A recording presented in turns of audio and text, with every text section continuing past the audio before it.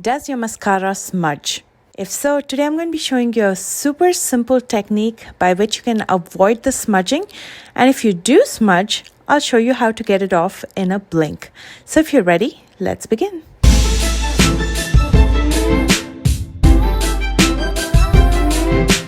First things first, let's talk about the mascara wand. If you're going to be using a larger mascara wand, it's harder to use it in the corners, especially the inner corner because of the size of the wand. And if you're going to be using it in your lower lashes, the chances of it smudging also becomes more, again, because of the size. Instead, if you have a thinner, leaner, longer wand, it's easier to use it in the corners, in the upper lashes, and the lower lashes. I'm going to be using one of my all-time favorite mascaras. This is the Benefit Bad Girl Bang. And as you can see, the mascara wand is really thin and long and it doesn't clump the lashes. That's what I love about this mascara. When you're getting the wand out, make sure to bend it on one side. So when you pull it out, there isn't much product on one side of the wand. So that way you can use one side of the wand to apply the mascara and the other side to remove the excess. I always start with curling my lashes. I'm using Sally Hansen curler here. If you don't like to use a curler, there's other ways to curl your lashes. I'm going to link that video right on top and in the description box below. Before I start applying mascara to my upper lashes, I like to gently bend my head backwards so I can create enough space between my lid and the lash hair. While lifting my brows for the same reason that I want to create space between my lid and lashes, I'm going to start wiggling the wand all the way from the roots to the tip. Now, because we've created that space, there's less chances that your mascara wand will touch your lid. It's also very easy to use it in the inner and outer corners. Take your time to do this and coat all your lash hair. Sometimes I also like to blink while applying the mascara so it coats evenly and it gives me more control.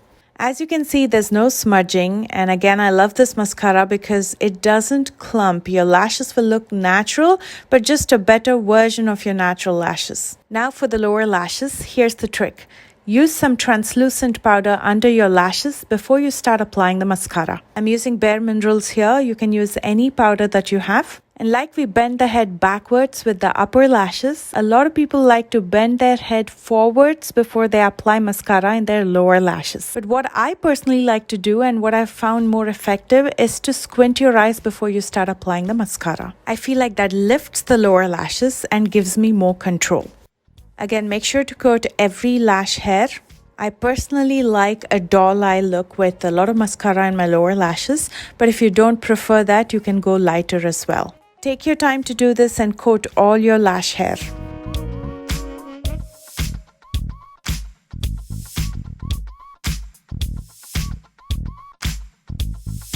Wait till the mascara dries. It takes about a minute, and then all you have to do is dust off the powder. And then you can most definitely fix it with some powder or some concealer if you prefer.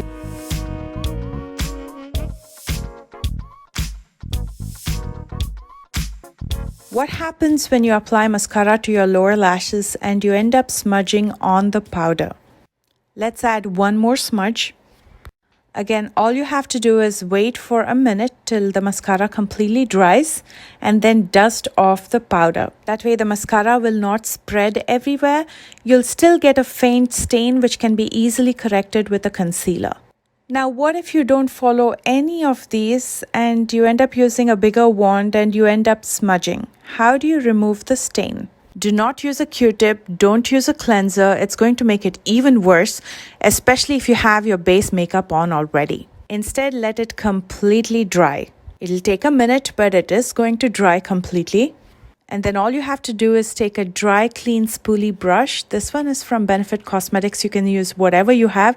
If you don't have a spoolie brush, you can also use a toothbrush. But if you're using a toothbrush, make sure it has soft bristles because you don't want to be harsh on your skin. And all you have to do is very gently scrape off the dried mascara. It flakes off very easily. And then you can most definitely fix it with some powder or some concealer if you prefer. You don't usually need it if you've scraped it off well. But if you do, you always have options. That's pretty much it. I hope you enjoyed this tutorial. Please thumbs up if you did. And if you're new here, please consider subscribing if you'd like to watch more videos like these. And do check out the description box for all the products that I used today, along with links to my social media in case you plan to follow me there.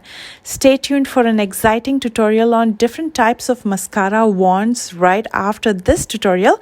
I love you guys so much, and I will see you soon with a brand new one. Bye guys.